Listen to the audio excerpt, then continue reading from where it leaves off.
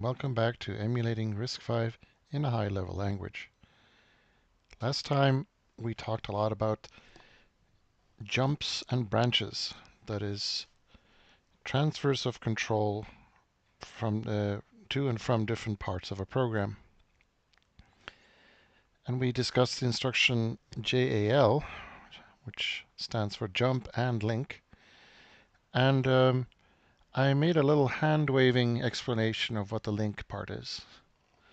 In this session, I'm going to be talking about calls and returns, and this is where that link aspect becomes very important. To start the discussion, though, I'd like to back out a little bit and look at the high-level program aspects of what calling and returning do. And in order to do so, I'm going to go back to our original program, which is right here. And I've added two little functions, sum and product. And then at the top here, I have my mini program, which computes the sum of 3 and 4 and puts that into the result variable. And then at the bottom of the program, we print it out. So how would we express this in low-level assembly language or machine code? Well, parts of the problem have already been discussed previously. We know how to perform an addition in low-level machine language. But where does A and B come from in this case? So the sum function is being called, and somehow the value 3 and 4 end up in A and B in this particular instance of the call to sum. And the way this is solved on RISC-V is by defining what is known as a calling convention, where the platform, not the CPU, but the platform dictates or mandates a particular way in which the different registers in the CPU are used. So far, we've only been talking about one specific register, a register with a specific value, and that is the X0 register, which by convention always has the value 0. And of course, as we saw last time with the bug fix, it shouldn't accept a new value either. If you try to write to register or X0, the 0 register, it will just simply ignore the write. But there are 31 other registers, and so far we haven't really been giving them any specific meanings because they don't have one on the architectural level. The CPU itself doesn't really care. However, it becomes very valuable when you define a particular operating system or platform to give the different registers different roles. And I'm going to switch over to a particular document where those roles are defined. It's called an ABI specification. And in the ABI specification, the different registers are listed here on the left column. And then they're given an alias, a separate name for ease of use, and then a particular usage of that register. So the first thing we're going to discuss is argument registers. So if you want to pass a value into a function, then if that value can fit inside of a register, then you use one of the registers specified here. So the first argument to a function would use the register x10. The second argument of a function would use the variable x11, and so on. If the values are smaller, for instance, if you are writing a byte to a function or sending a byte to a function, then only the lowest bits of that register are actually used. The upper ones are ignored. Conversely, if you have a value that's longer than a register, for instance, in this 32-bit CPU that we're working on, if the value is 64 bits, then it will not fit into a 32-bit register. In that case, the ABI specifies that you take that value, you split it up into two halves. The lowest bits go into register X10, and then the higher 32 bits go into register X11. If the value is larger than 32 bits, then the programmer, are responsible for allocating some memory someplace, and then instead of passing the whole value, you instead pass a pointer to that value. But we're not going to go into pointers quite yet. The important thing is that there's a convention that specifies how exactly registers are passed into functions using registers x10, x11, and so forth. Now you may notice that there are only 8 registers for argument registers. So what happens if you have more than 8 arguments? Well, in that case, the remaining arguments are passed on the stack. And we're going to talk about the stack a lot in this section. But for the time being, we're going to restrict ourselves to just looking at functions that take 8 arguments or fewer to simplify the discussion. Great, so what about returning values from a function? Well, just like these registers are defined for the inputs of a function, the same registers are defined for the outputs of a function, or at the very least, x10 and x11. So if your function returns a value that can fit into 32 bits, then that value is supposed to be present in the register x10 at the time when you leave the function. Smaller values, just like before, can be left in the least significant bits of x10.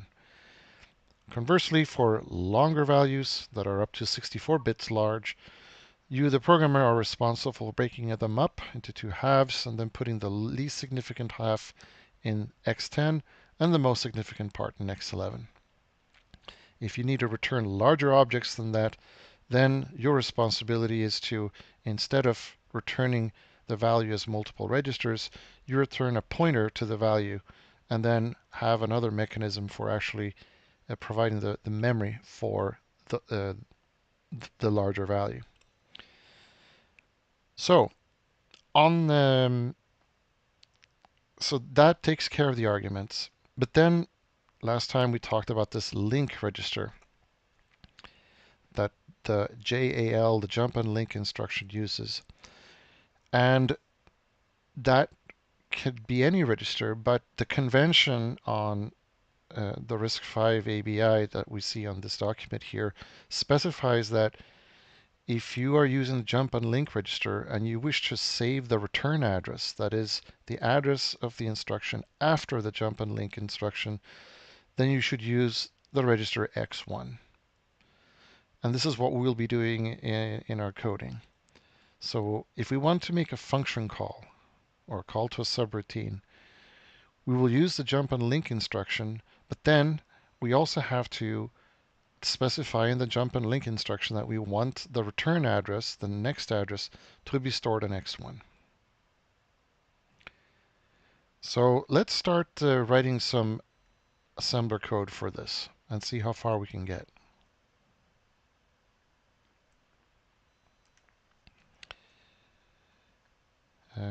Here we go. So let's write the assembler language or version of sum first.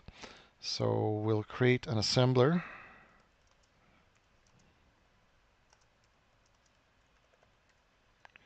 And we'll take the memory. And then we'll place this code. Let's see. Let's start by recalling that the 2 arguments are going to be in registers x10 and x11. So all we need to do is add them. But then the result is expected to be also in x10 as defined by the calling convention. So all we have to do here really is say add into register x10 the result of adding x10 and x11. That was pretty simple. But then how do we get back to the caller? We haven't really explained how that would happen. We know that the address of the caller is in x1. So we need to use an instruction that tells the CPU, use this address and start executing code at that address. And that instruction is called jump and link register, or JALR, J-A-L-R. We can go over to the manual and take a look at what the definition of that function looks like. So here it is, jump and link register. It takes a source register and an immediate value that is added to that source register value. That gives us a return address. And then the instruction jumps to that address. And also, we have the option of saving a linking address, just like jump and link does. Jump and link to register will store a linking address into register RD. And we have, just like with JAL, we have the option of using register 0, x0, if we don't care about the result. So a return from a function, what we would like to do is take the return address, which is in register R1, and put it in RS1. Add 0 to that because we don't really care about any offsets from that value. And then we're returning to the caller. That's basically a jump. So we will make the destination register 0. So all we need to do is implement the JALR instruction, and we now have a functioning return instruction. So let's go ahead and do that. And so what we'll do is we'll go to our unit tests, and we will find the assembler.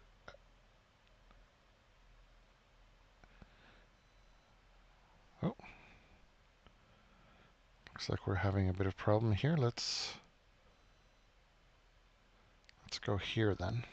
Fine.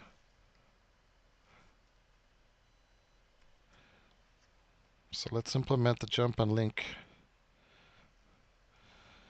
Let's observe first that the format of the jump and link instruction is a simple I style instruction. That is, it has all of its bits that it adds on consecutively arranged like this. So we don't need to split up any fields like we had to do for jump and link. That's a relief. Also notice that it has a major opcode of this, which I think is a new major opcode, and then the func3 is all zeros. So let's go ahead and grab this definition, and we'll use that as a base for writing our unit test.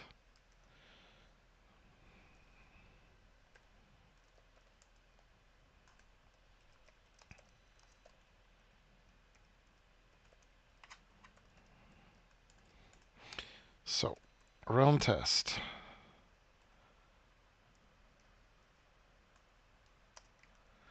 There is our bit pattern. So the bit pattern will be, and for this particular instance, we'll not really care that much about the 11 bits at the beginning, or 12 bits, I should say. So let's just type 12 zeros.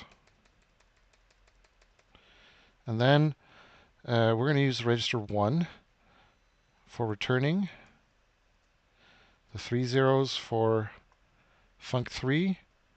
The destination register is going to be discard, register 0. We don't care about the value. And then finally, the major opcode. So there's our instruction that we expect to generate when we do the following.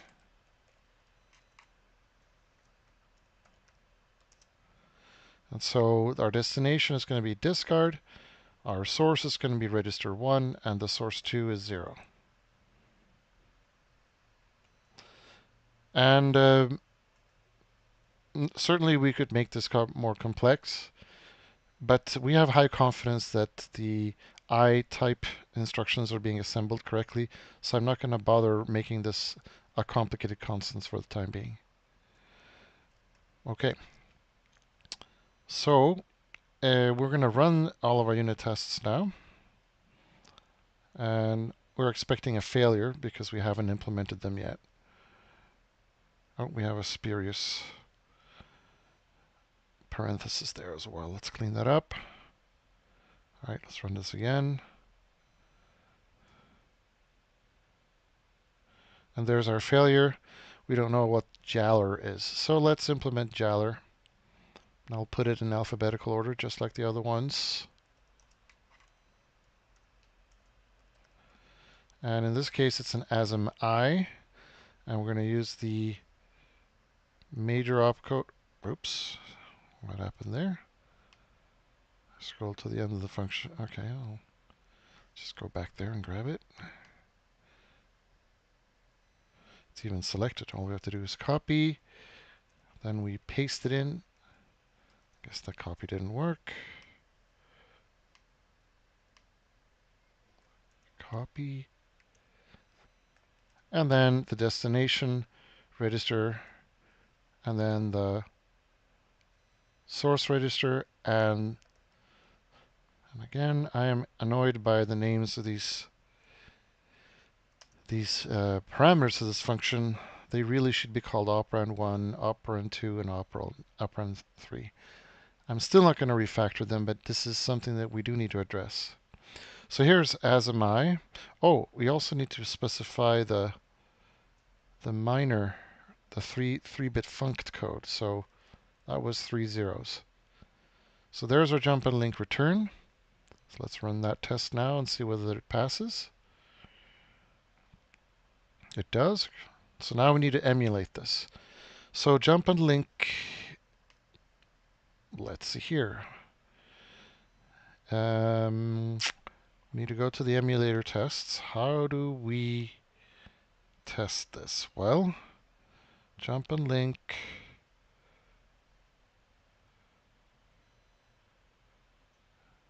is going to be requiring a little bit of handiwork here because we have to set up registers so that we can detect that it actually took place. So what we could do is, let's see,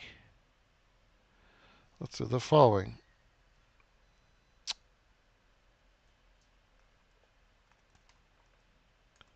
We will create a little program.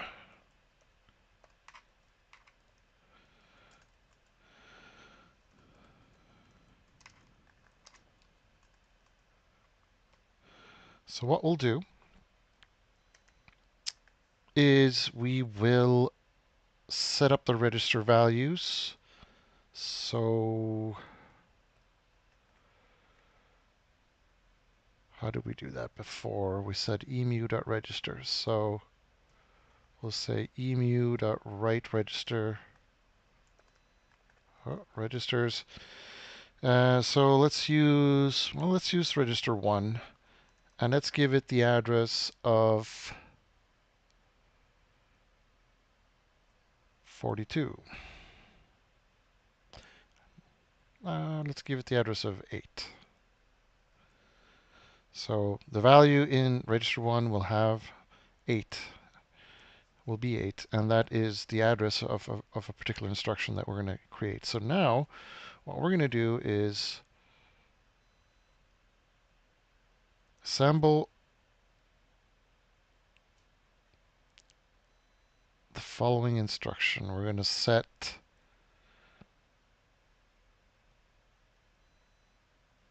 jump and link register. The destination we're going to discard. We're going to take the value in register 0 and we ignore the extra bits that we're adding. So there's our jump and link instruction. And then on register 8, we're going to mutate register 10, why not? We're going to change register 10 so that it has the value 42 hexadecimal. And then before we call this, we will have register 10 have the value 1.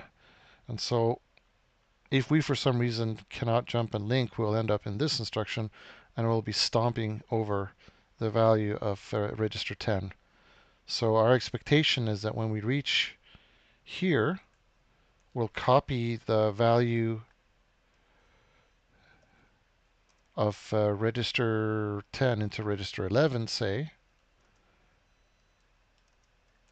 Notice what this does is it adds does an add immediate, which takes the contents of register 10, adds a literal 0 to that, and then puts the result in 1, which results in copying the contents of register 10 into register 11.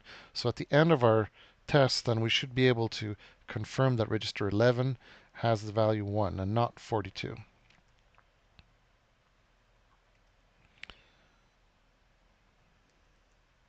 And that's what that test does. Let's run our test now.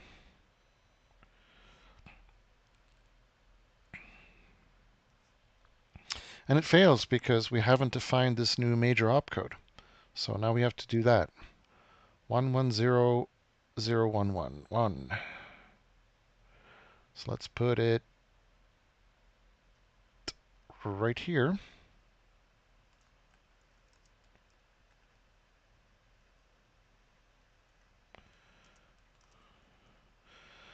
So the first thing we need to do is verify that the func3 bits are correct. So we'll use this extract unsigned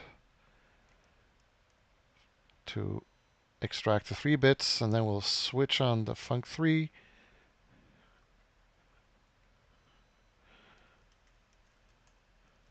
And if it's a 0, then it's a JALR. Otherwise, it's something we haven't done yet. So in the case of jump and link register, we'll need to take the value that is in register 0, or the source 1, and we need to add the immediate value that is stored in source 2. And of course, we need to extract those values. So let's find the implementation of add-I here. We'll steal the same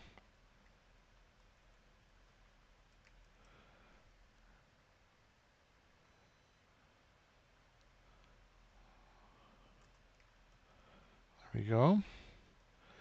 So now we can add the immediate value to the register value, and then we want to put that in. We need to keep a return address also. So we'll do the whatever we did for jump and link. We'll say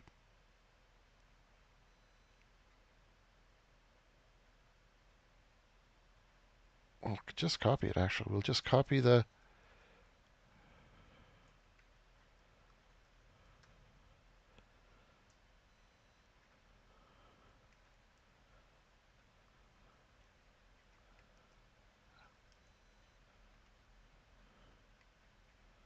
but instead of using iPointer, we're now going to use register source plus IMM. So this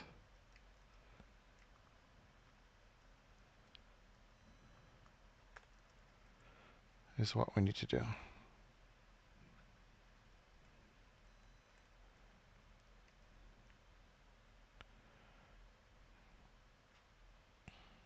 And then we need to cast this.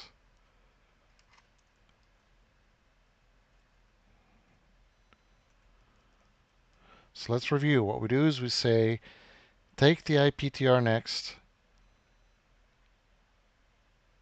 and store it into the destination. So that means that IPTR next, which as you may recall is the variable, the address of the instruction that follows the current instruction. We're going to take that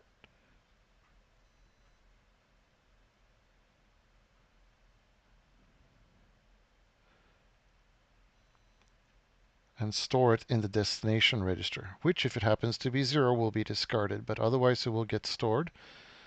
And then we take the contents of the source 1 register, add the immediate value of the instruction to that, and then make that our next address. So this, by updating the iPointer next variable, we in effect create a jump.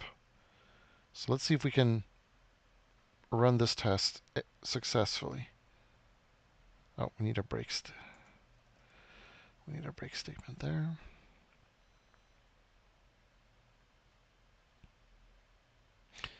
And it looks like the test passes.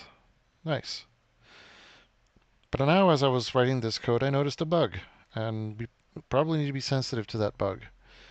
Um, what if the link register turns out to be the same register as the register that we're using to jump to? That is, I want to jump to whatever address is stored in register 1, but also remember that I came from this particular instruction. So we need to save the value in a temporary register. So let's do this. We'll say IPTR next. Actually, what we need to do is actually save the destination register. So let's grab the destination. Reg dest is equal to registers dest. So we hang on to that value. Now we can safely use SRC1 even if it coincides with DST. And then we'll use am I thinking correctly here?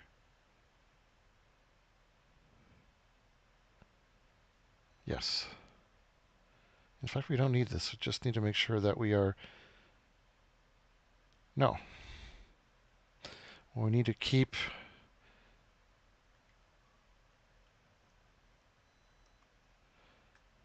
Let's call this the return adder. And it's IPTR next that we need to save. So there we go. We update IPTR next. And then here we update the destination register with ret adder after we possibly use that same register in computing the current next. All right, a little tricky code there, but this hopefully should still pass our tests. Okay, great. So now that we have a way to return from a function, we can go back to our main program and finish the implementation of the sum function as an assembly language program. So here we'll say asm jump and link register.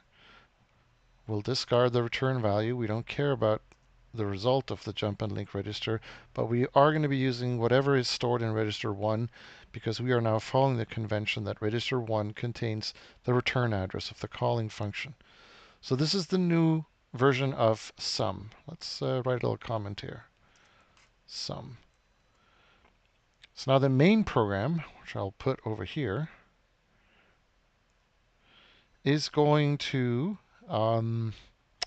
put some value into x10. So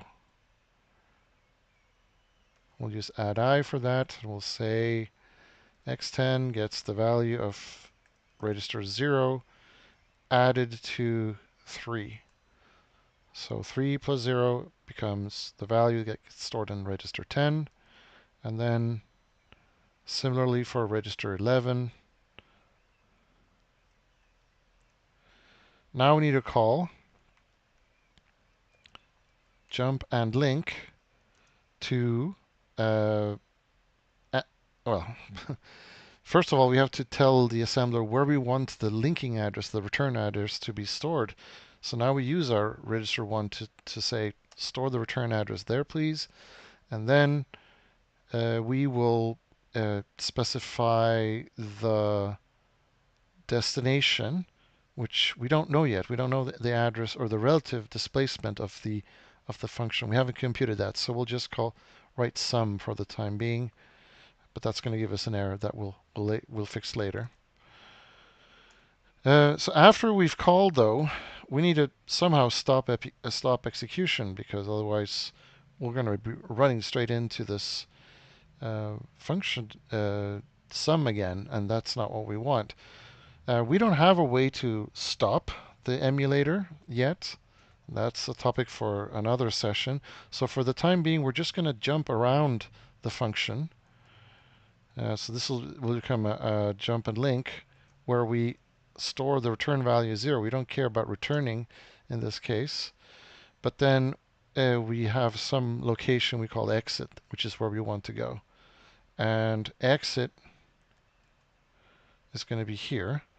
And here we'll just do a dummy function. We'll add 0 to register 0, which does nothing. Now we need to fix up these two addresses. So we have to go through the dance of computing their offsets relative to where we are. So for the the call to the sum function, this is offset 0 itself. Then this instruction is at offset 4, and this is at offset 8. So we'll put an 8 here, and then put a comment here that says call sum subroutine. And then exit is displaced from this instruction by 0, 4, 8, 12 bytes. So we'll put a 12 here and an offset of 0 there. And then we'll also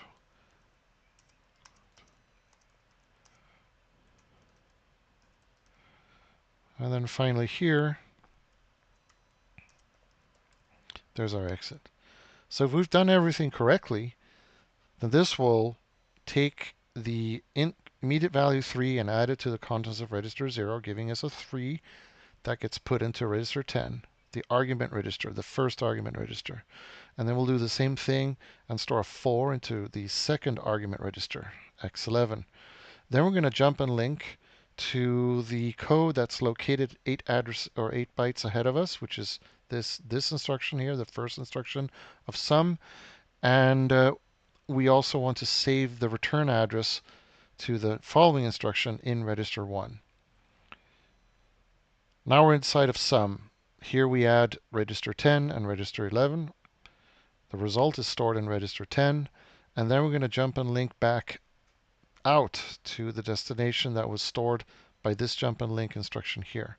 We take the value of the register 1, we add 0 to it, we transfer control to that location, and we discard any return address. We don't really care about that here. Finally, once back, we now can do a jump and link again. This time, though, we can see that because we're setting the destination register to 0, we're discarding that result. So we're not linking, we're just jumping to the address that is 12 bytes ahead in the code stream, which is this instruction here, which does nothing. It adds the immediate value 0 to the contents of register 0 and stores it into register 0, where it gets discarded. So this should, if everything goes well, it should now have in register 10 the value 7. And that's what we want to print on screen. So let's make result. Let's just extract the value out of the emulator, which we haven't created yet. So let's create the emulator.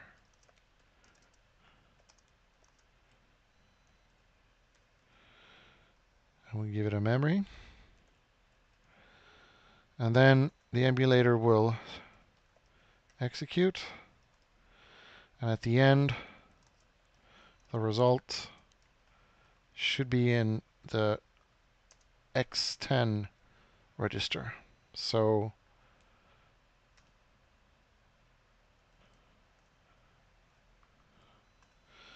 and that should be the value 7. Let's run our program and see whether that indeed is the case.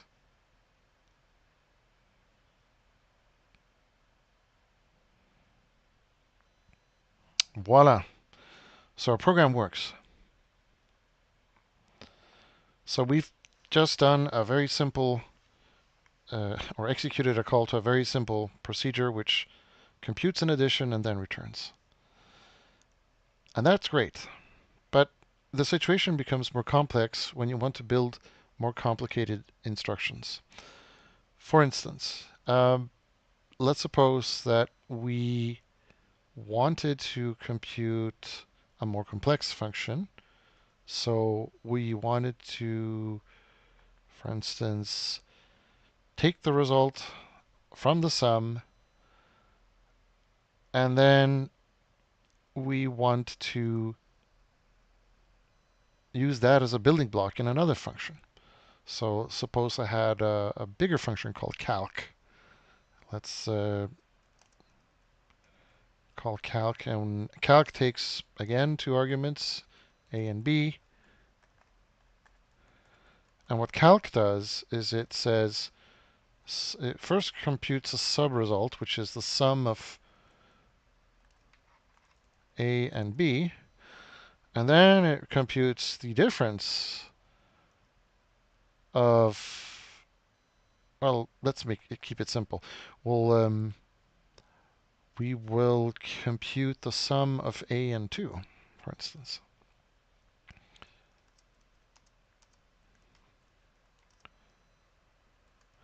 And then we want to add those or multiply those two values. So we want to return s times t.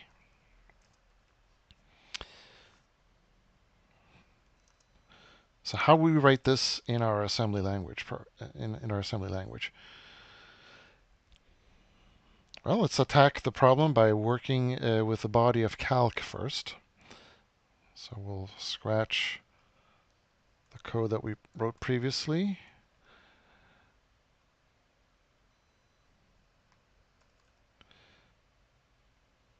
And let's start as follows. So our calc function takes these two arguments and passes them on to sum. So we'll say add. So this is our calc function that we're starting to code. So we're going to add x10. Well, no, we're going to immediately call jump and link, and then wherever sum is, we don't know where that is, but this is a call to sum, which means we have to return, remember the return value, or the return address. We'll keep that in register 1 as the ABI dictates. We don't know where sum is yet, so we'll have to write a placeholder, and then an extra placeholder dummy variable like this. So there's our call to sum. Notice that we're fortunate here that a and b, which are the input parameters of calc, happen to be in registers x10 and x11, and that's exactly where sum wants those two values to be. So that's good. So we call sum, and when sum is done, it will give us back the answer that we want, also in x10. But that's a problem because x10 is where we're keeping the value of a. And by calling sum, it's going to destroy the value of a that we want for our second call to sum. So we have to save the value of sum away someplace. So what do we do here? Well, one of the things that we could do is put the value of a, that is the value of x10, someplace else while we make this call, and then we can pull it back. So where's that someplace else? Well, we have registers. We could use one of the registers that the architecture provides. So if we look around, we notice that some of these are reserved for specific uses, but then we have these things called temporary registers. So we could use a temporary register to store this value, I guess. And that is a possibility, but there is a problem. Notice this preserved across calls. Now, when you define a register convention, not only do you define which registers are used for argument passing, but other registers are used for computations inside of functions. And some of these registers are defined as being preserved if you call a function, and others are not preserved. They could be destroyed by calling a function. So if I put my value in a temporary register, then I'm not guaranteed that when I call my my function, that register will have the same value when that function returns. So putting x10 inside of x5 through x7 is not good because it will get destroyed, possibly. Now, in our particular case, we know that sum doesn't touch any other registers, but in general, we cannot promise that that register that is stored in a temporary, or that value that is stored in a temporary register will survive a call. So we cannot put the value inside of a temporary register. Well, what about these callee saved registers? That sounds good, right? Because they appear to be preserved across calls, which means that if I call sum, right before I call sum, I can copy x10 into x8, and then x8 will not be trashed by the call to the subroutine. And so I can use x8 after the call is over. But that just brings up an issue that now I have modified the value of x8. So my function calc, if I were to do this and store something inside of x8, then that value, I am now destroying whatever was in x8 previously. So now the burden of preserving that value is on me. My function now has to save that value someplace. So this problem can be solved by introducing the notion of a stack. And you may have heard of this, the call stack or the processor stack.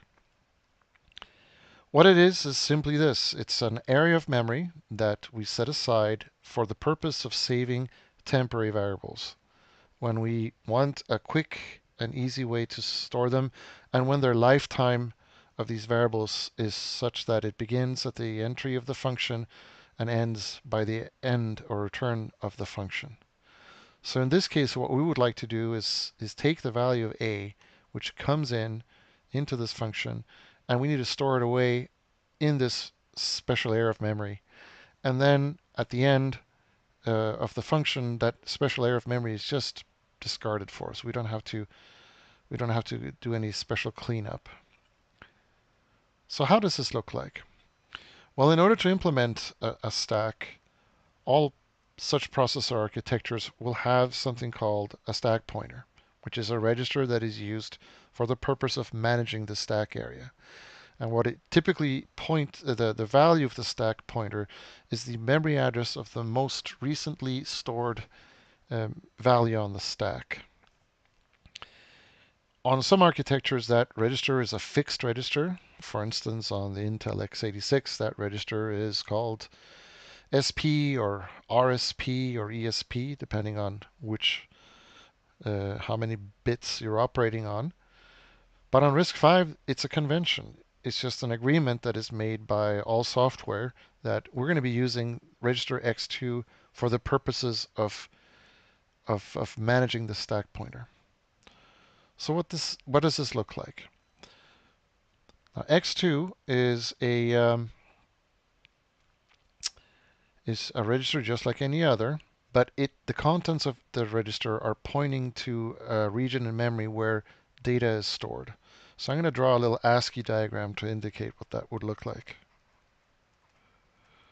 So suppose that this is memory, and here I have 4 bytes, and here I have another 4 bytes.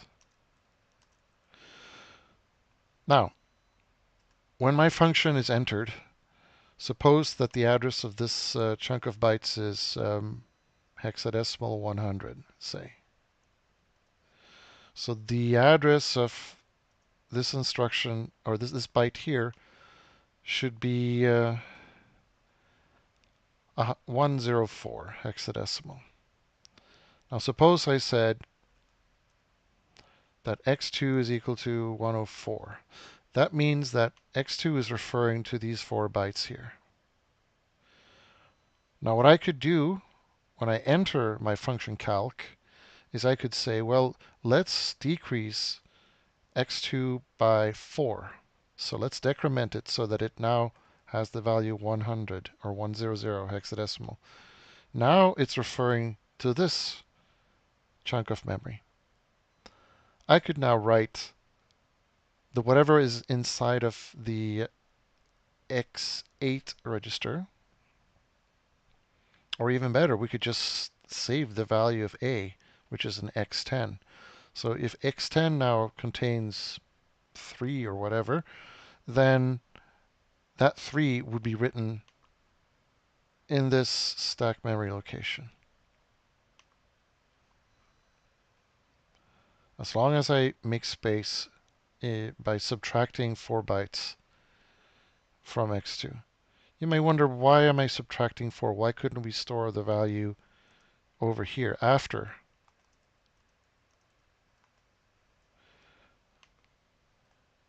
Why not over here? And the reason is because convention. On the RISC-V CPU, just like most other modern CPUs, the stack grows towards lower addresses. So if you want to store a value on the stack, what you do is you take the existing value of the stack pointer and you subtract something from it. Not all architectures behave this way. Some architectures instead grow towards higher addresses, and in those architectures you add a positive number to the stack pointer in order to move it to a new location. But for our RISC-V CPU, we're going to be subtracting a small value. So in our calc function then, what we need to do is, the very first thing that we do is we subtract 4 bytes from our x2, our stack pointer. So let's do that. We'll say m, we need we need to be in the right place here. So we say asm, and we'll subtract 4, which is the same thing as adding -1. So we'll say, or not -4, so we'll say add immediate to x2 -4. So what this will do is it will take the existing value of the stack pointer, which is an x2, and we subtract 4, and then we store that back into x2. So what we've done now is essentially move the pointer 4 bytes, and now we can store a value in that memory location. So now we'll use our store or store word function. And I have forgot SW. There we go. Store word, and there is, recall that store word is a little weird. Instead of taking the first operand to be a destination, the first operand is actually the source. So what we're storing now is register 10, and that gets stored into stack position 0 with respect to the top of the stack. So take the register stack pointer x2, add 0 to that, and then store the contents of register 10 in that location. So what we've done now is we've stored the value of register 10 on the stack. Great. So the next thing we now do is we'll do our call to sum.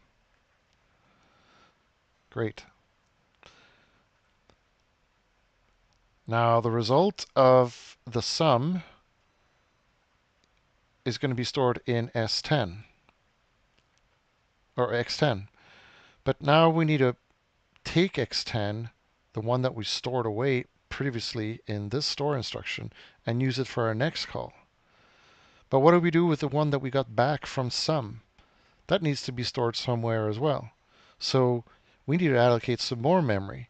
So let's increase the amount that we, or the amount that we decrement the stack pointer to 8, so that we have another slot where we can store the return value from the first call to sum. And what we'll do then is, after the call to sum, we're going to store x10 again. This is the new value of x10.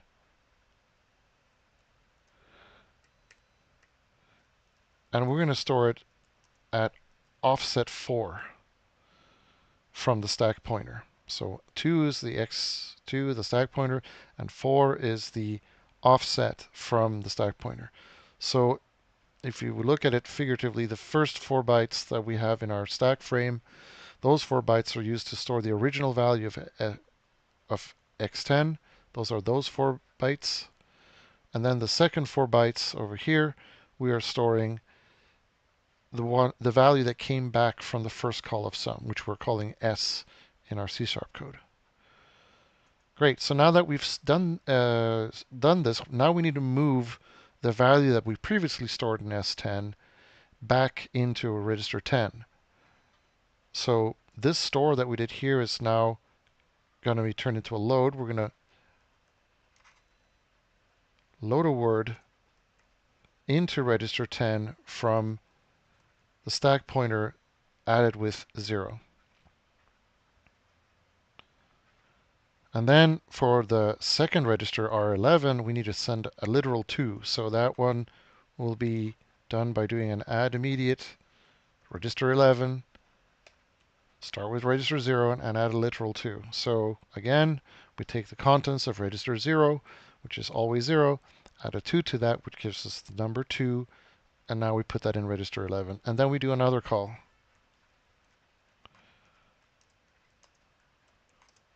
To sum. Nice. So now we have in x10, after this second call, we will have the value t, and the value s is stored in memory. Now we need to retrieve that value from memory. So we'll say load word from, and put the loaded word into register 11. We're going to use the stack pointer and offset 4. So this will retrieve the value that we stored here and put that retrieved value into register 11. So now we have in register 10 the return value from the second call of sum, what we're calling t, and then that value will now be added together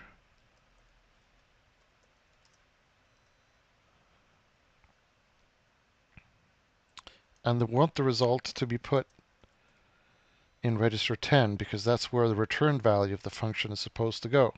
So what this does, it will take the value that we loaded from memory, which is the value of s, and then we add 10, which is the return value from the call to sum, and now we have our result. We're almost done, but before we return, we have to undo the change of the stack pointer that we made. So we say asm add I to register 2, we add the current value of register 2 and then a +8.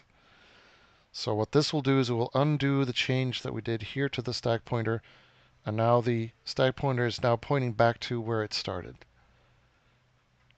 But we entered the function, and then finally at the very end we can now return to our caller.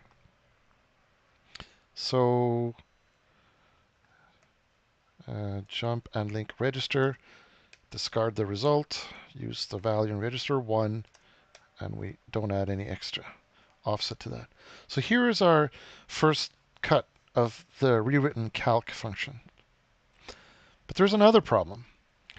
The problem here is that just like we had to save away x10, the return and argument register between the different calls of sum, the call to calc, whoever called me, the calc function, will have stored its preferred return address in x1, the link register, the return register. But when I call sum, I need to change the value. In fact, I do. I change the return value in register 1 right here. So this function has to also save away the initial value of the x1 register because we are calling subroutines within our subroutines. In general, if you are writing a function in assembler and you are calling functions yourself or subroutines yourself, you have to be responsible for saving away the return register. So we need more space. So let's add another 4 bytes. And then here, what we'll do is we'll store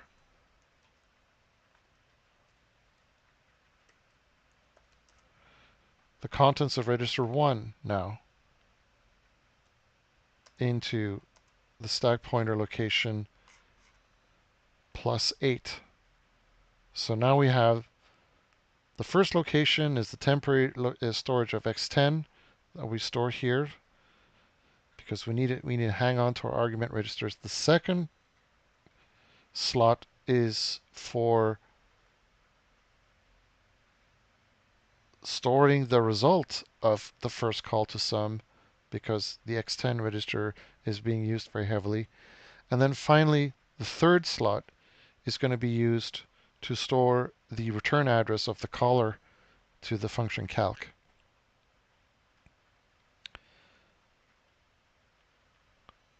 So right before we return, we have to restore that value that we stored here, and we do that with a load.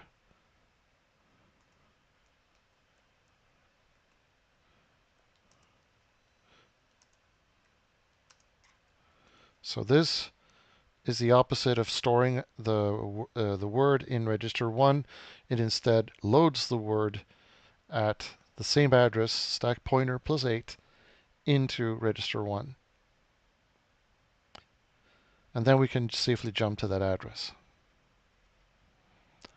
Now we will take our sum function. We'll just copy it from over here. And now since the sum function doesn't call any other function, it doesn't need to take care of register 1 and doesn't have to allocate anything on the stack. It just performs its job and then jumps back to whatever the caller was.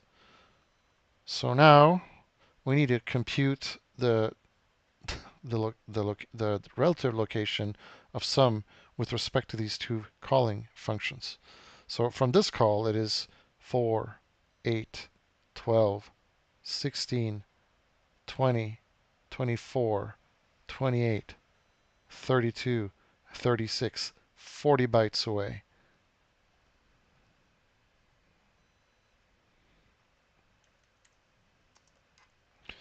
And then this, from this location, it is 0, 4, 8, 12, 16, 20, 24 bytes away.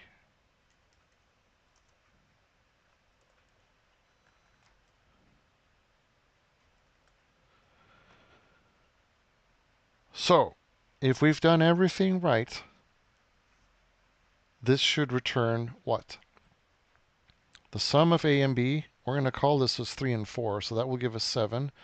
And then the sum of 3 and 5, which is 3 and 2, which is 5. So we'll have 7 times 5, so the result should be 25, or 35.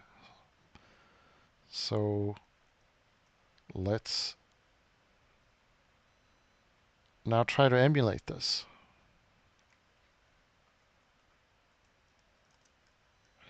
But before we can do this, we need to set up the stack pointer before we make the emulator run, because the stack emulator has to point to a valid memory address that isn't in use for our program.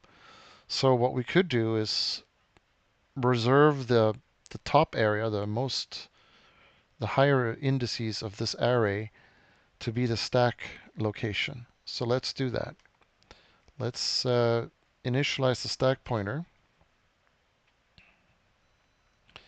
So what we'll do is we'll say emulator registers 2, that was our stack pointer. That is equal to 1020. So that is a slot in memory, or a slot in the last available 4 bytes of our memory. That's where the stack pointer is pointing to. Secondly, we're going to initialize registers X10 to be 3 and register X11 to be 4. So this now should, in theory, compute the value 35. Let's give it a try.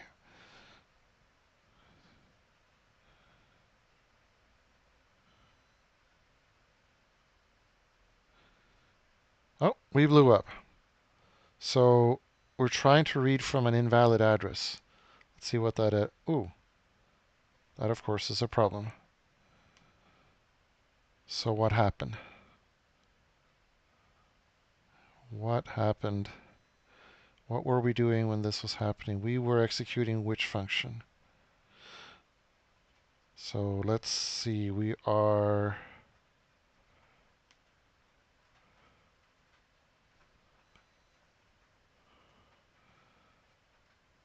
what is our current instruction?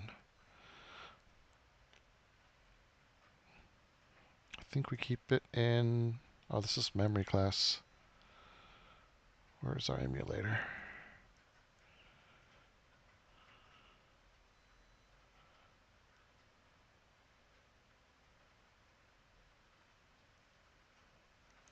Oh, I know what the problem is.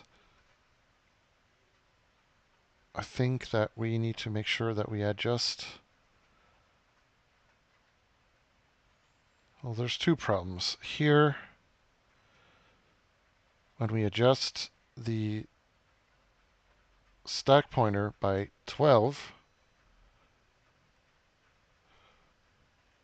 we need to do this at the very end. So notice here, the bug was, first of all, we didn't readjust it by the right amount. It's supposed to be adjusted by 12 bytes after to undo the effects of this very first call. But also, this needs to be the next to last thing we do in our function, because if we readjust our stack pointer before we load the return value that we need to load from the stack, then if we do the load afterwards, we will access an invalid address. So by swapping those two, we now are in good shape, and this should work.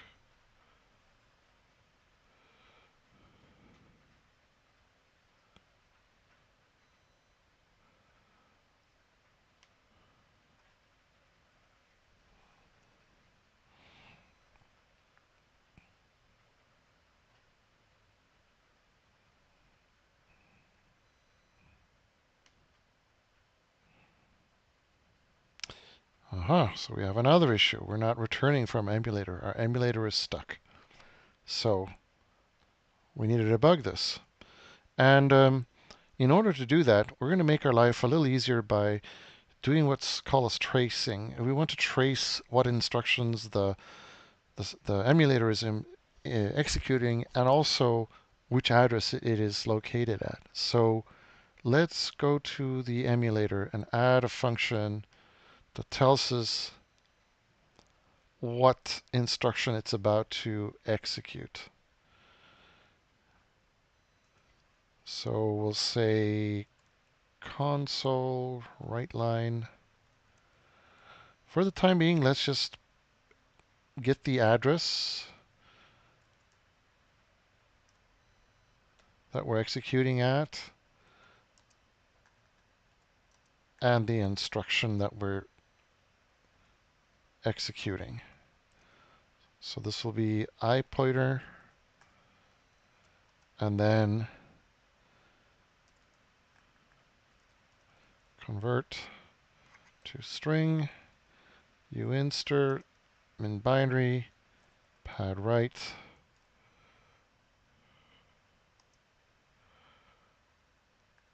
pad left, sorry,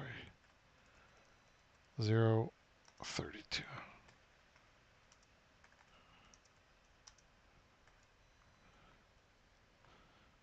Okay, now let's run the program again and see what output we get.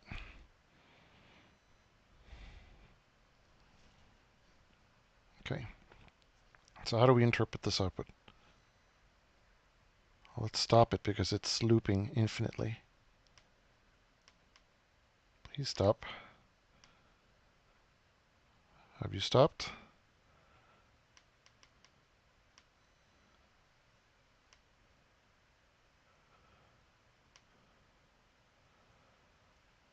My machine is running very hot right now.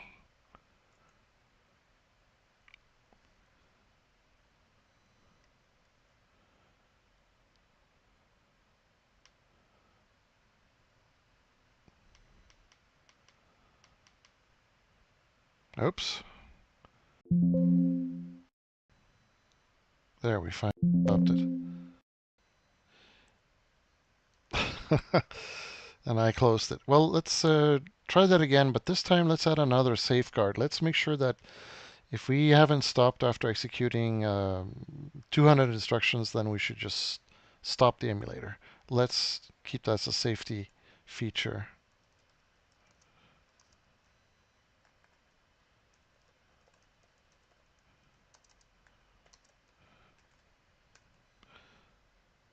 That way we don't have to worry about runaway processes here.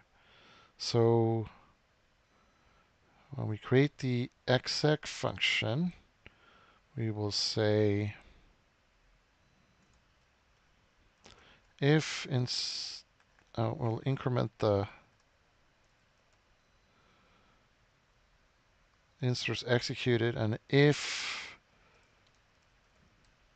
is larger than 200, we'll just write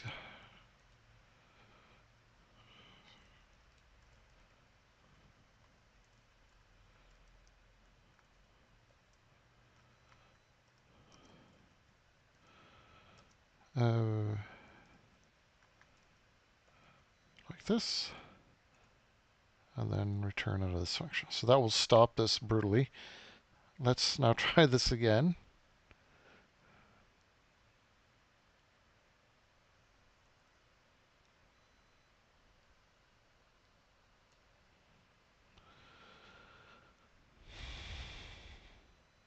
Okay. So what is going on? Let's take a look at our instruction trace.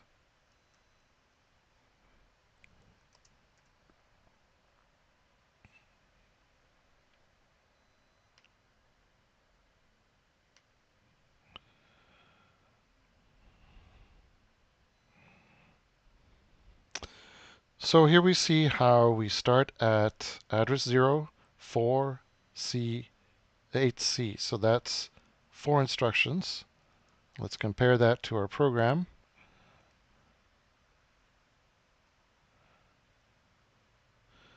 1, 2, 3, 4 instructions. So that makes sense.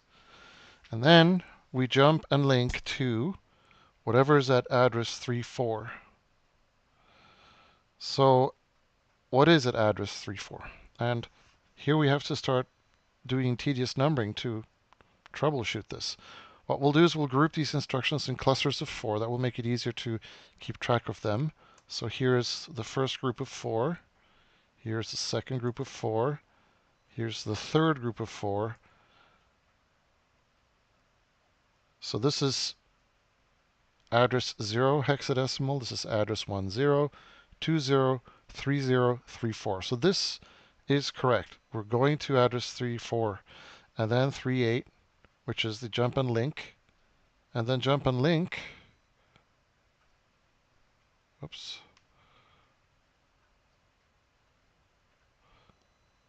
Should take us back to the instruction after C, which is 10, and that is correct.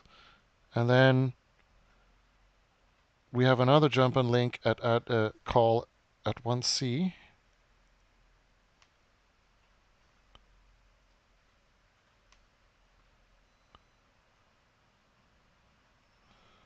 And why is code not behaving here? Here we go. 1C also calls 3, 4 and 3, 8.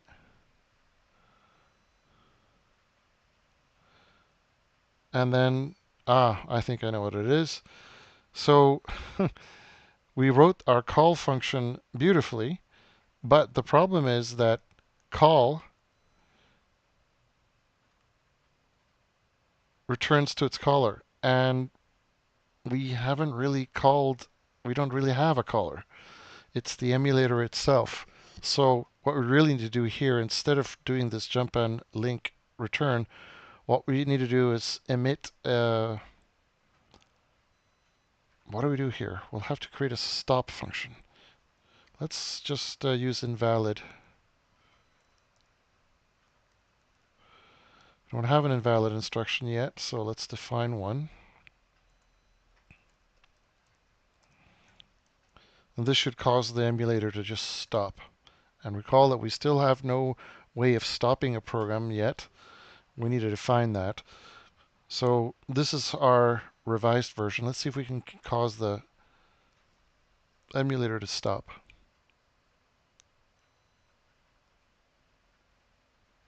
Okay, there it is. So it just stops. So for the time being, instead of throwing an exception here, Uh, well, better yet, let's just create a fake instruction. We will, let's see, let's think about this. Well, if the instruction is called invalid, then we will just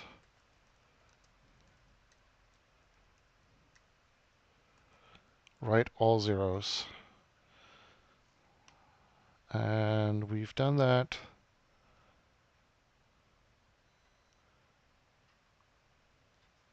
We'll just do it like this.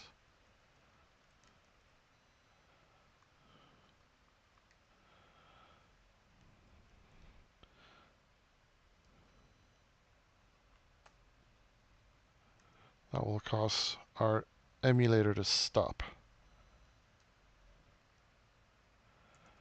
because we've previously defined it to stop when it reaches a word of all zeros. So having done that, let's try it again.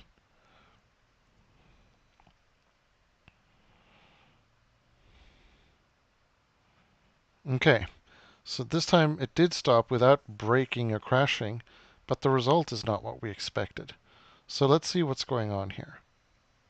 So we'll need to have a watch on all of our registers to follow along the process of this function. So let's watch, let's put a breakpoint on the emulator when it executes a particular function. So we'll put it right here. And then we'll run our program and watch our registers. All right. So here we see the stack pointer pointing at 1020.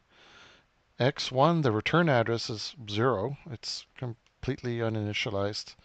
And then we have a 3 and a 4 in X10 and X11. So that's good.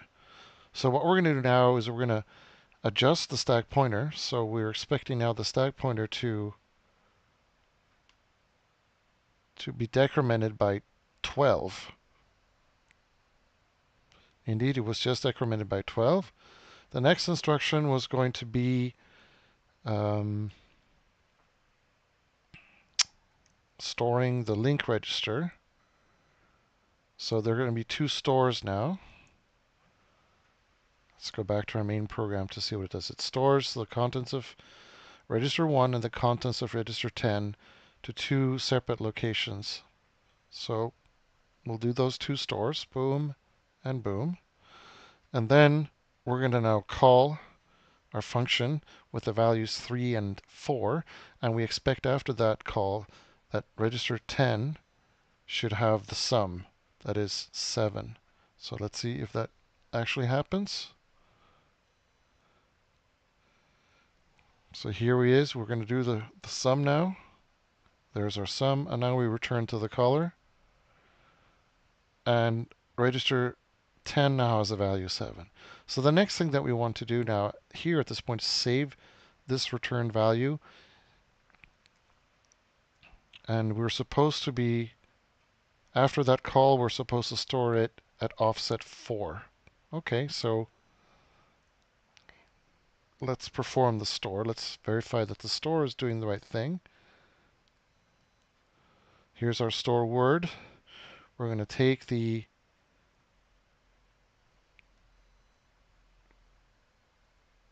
value, which is, oh, now this is incorrect.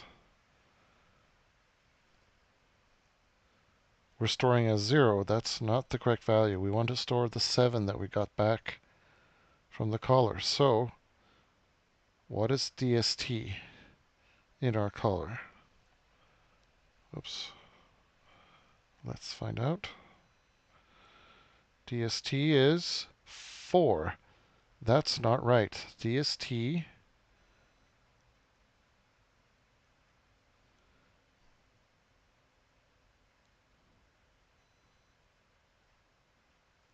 is incorrect. So could this be a bug in our assembler? Or is it a bug in our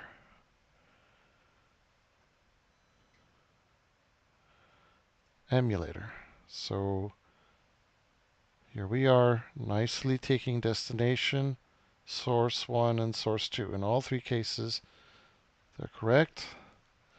And then in our emulator for store word,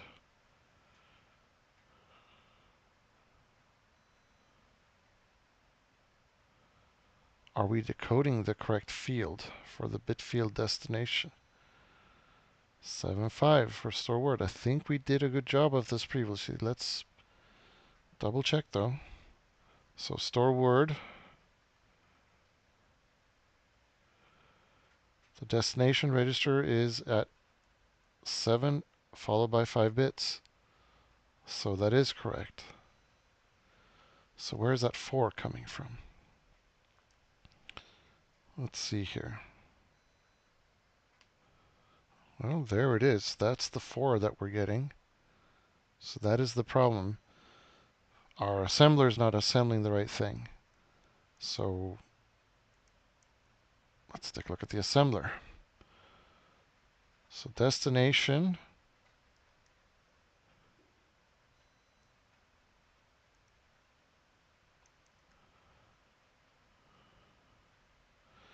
that 4 is the offset. It's the 10 that's supposed to be used as the destination field. So let's take a look at the store word. Stop our program and start it again.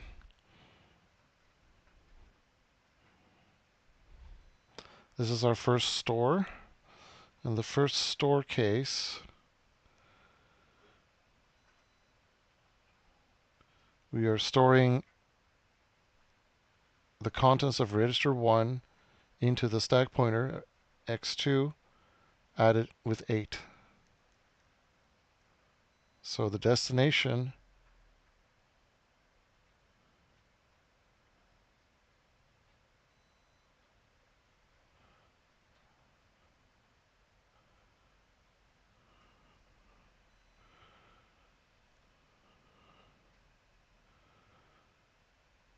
oh, we swapped them around, didn't we?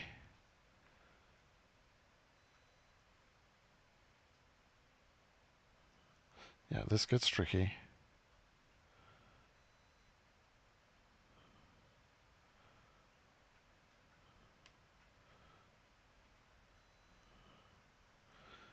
That is the wrong place. It should be fetching it from... Okay.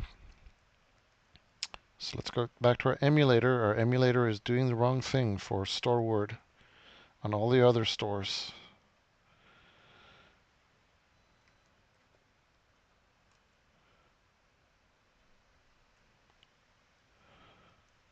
Where are our stores?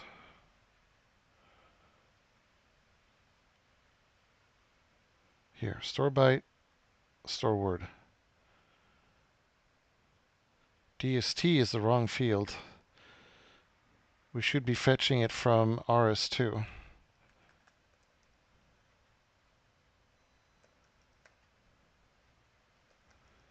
All of our unit tests are wrong, therefore. But let's run our program and see if that makes the problem go away.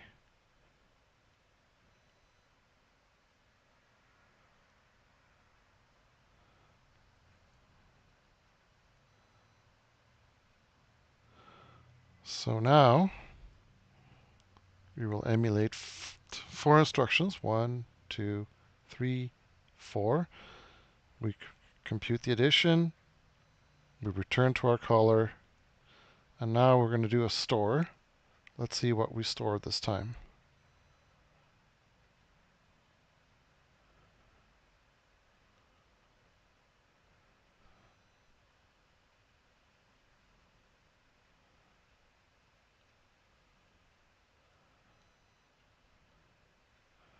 All right, looks better. Let's remove the spray point and let it run to completion. Nope, still a 2. All right. I am running out of time, so I'm going to have to pause here, debug this, and then get back to you, dear watchers. Always fun to watch a streamer struggle with a buggy program. But we'll be back and we'll resolve the issue. Until then, take care. Have a good day.